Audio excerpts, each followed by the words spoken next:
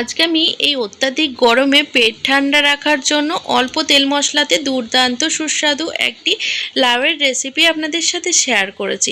তো ভিডিওটি কোথাও স্কিপ না করে পুরো ভিডিওটি দেখুন। ভিডিওটি ভালো লাগলে অবশ্যই একটি লাইক করে দেবেন। তো রেসিপিটি বানিয়ে নেব, তার জন্য এখানে লাউগুলি ভীষণই ছোটো টুকরো করে কেটে ধুয়ে জল ঝরানোর জন্য রেখে দিয়েছি। এবার ওভেনের ওপর কড়াই বসিয়ে সর্ষের তেল দিলাম, তেল গরম করে নিয়েছি। এবার ডালের বড়িগুলো এর মধ্যে দিয়ে বেশ লাল করে ভেজে তুলে নিলাম। এবার কড়াইয়ে যে তেল আছে এই তেলের মধ্যে আবারও অল্প একটুখানি তেল দিয়ে দিচ্ছি। আজকের রান্নাতে কিন্তু আমি ভীষণই অল্প তেল মশলা দিয়ে করব, যেহেতু অত্যাধিক গরমে তেল মশলা বেশি খাওয়া একদমই শরীরের পক্ষে ভালো না। তো এই তেলের মধ্যে আমি হাফ চামচ পাঁচফোড়ন, একটি শুকনো লঙ্কা আর একটি তেজপাতা ফোড়ন দিয়ে দিলাম। এখন আমি ফোড়নগুলোকে কিছুক্ষণ ভেজে নিয়েছি। এবার এর মধ্যে কেটে ধুয়ে পরিষ্কার করে রাখা লাউয়ের টুকরোগুলো দিয়ে দিলাম। এখন আমি এর মধ্যে কালারের জন্য হাফ চামচ হলুদ আর স্বাদ মতো লবণ দিয়ে দিচ্ছি। এবার এটিকে বেশ ভালো করে মিক্সড করে নেব। বন্ধুরা, আজকের ভিডিওটি ভালো লাগলে অবশ্যই চ্যানেলটিকে সাবস্ক্রাইব করে আমার সাথে থাকবেন। আর আজকের ভিডিওটি আপনারা কে কোথা থেকে দেখছেন সেটি কিন্তু অবশ্যই কমেন্ট বক্সে লিখে জানাবেন। এইরকম লাউয়ের রেসিপি একদিন হলেও বাড়িতে বানিয়ে খেয়ে দেখবেন। এটি কিন্তু গরম ভাতের সাথে খেতে দুর্দান্ত লাগে। তাছাড়া রুটি পরোটার সাথেও খেতে পারেন, সেক্ষেত্রেও খেতে কিন্তু ভীষণই টেস্টি হয়। এখানে সমস্ত উপকরণ খুব ভালোভাবে মিশিয়ে নিয়েছি। লাউ থেকে কিন্তু জল ছাড়তে শুরু করে দিয়েছে। তো এই জলে কিন্তু লাউ সেদ্ধ হয়ে যাবে, তবুও আমি এর মধ্যে অল্প একটুখানি পরিমাণে জল দিয়ে দিচ্ছি, খুব বেশি কিন্তু জল দেব না। এবার তরকারিটা ভালো করে নাড়াচাড়া করে দিলাম। এখন আমি এর মধ্যে আগে থেকে ভেজে রাখা ডালের বড়িগুলো ছোট ছোট টুকরো করে নিয়েছি, সেগুলো ঢেলে দিলাম। এবার তরকারিটা আবার ভালো করে মিশিয়ে দিচ্ছি। এখন ঢাকা লাগিয়ে 5 মিনিট মতো হতে দেব। যেহেতু লাউ ভীষণই ছোট করে কাটা আছে, তাই সময় সেদ্ধ হতেও কিন্তু খুব বেশি সময় লাগবে না। এখানে প্রায় 5 মিনিট হয়ে গেছে। এবার আমি ঢাকাটা তুলে নিচ্ছি আর তরকারিটা একবার খুব ভালো করে মিশিয়ে দিচ্ছি। এখন আমি দেখে নেব লাউগুলো সেদ্ধ হয়েছে কিনা। তো লাউ কিন্তু খুব ভালো মতো সেদ্ধ হয়ে গেছে, আর লাউয়ে কিন্তু অনেকটা পরিমাণে জল রয়ে গেছে। এখন আমি তরকারিটাকে এভাবেই নামিয়ে নেব।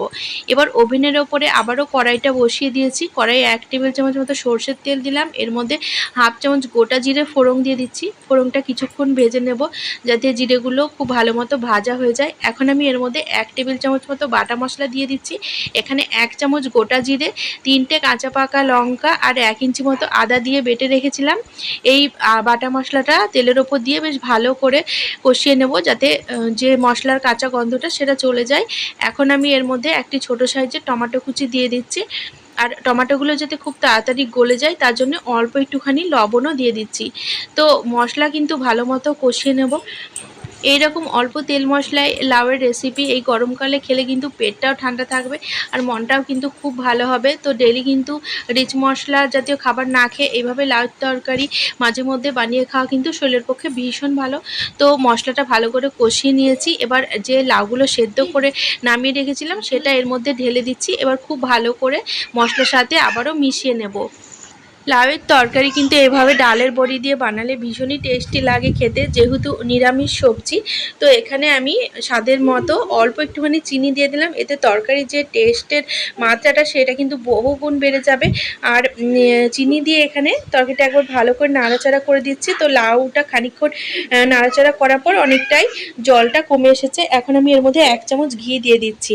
তো এখানে কিন্তু আরও একটু জলজলে ভাব রয়ে গেছে, যার জন্য আমি একটুখানি আটা উপর থেকে ছড়িয়ে দিলাম। এবার আটা দিয়ে খুব ভালো করে তরকারিটা নাড়াচাড়া করে নেব, যাতে তরকারির যে এক্সট্রা জল আছে সেটা টেনে নেয়। তো এইভাবে কিছুক্ষণ নাড়াচাড়া করার পরে তরকারিটা একদম শুকিয়ে এসেছে। এবার কিন্তু আমি এটিকে নামিয়ে নেব আর গরম ভাতের সাথে কিন্তু সার্ভ করব। তো রেসিপিটি কেমন লাগলো অবশ্যই কিন্তু কমেন্ট বক্সে লিখে জানাবেন।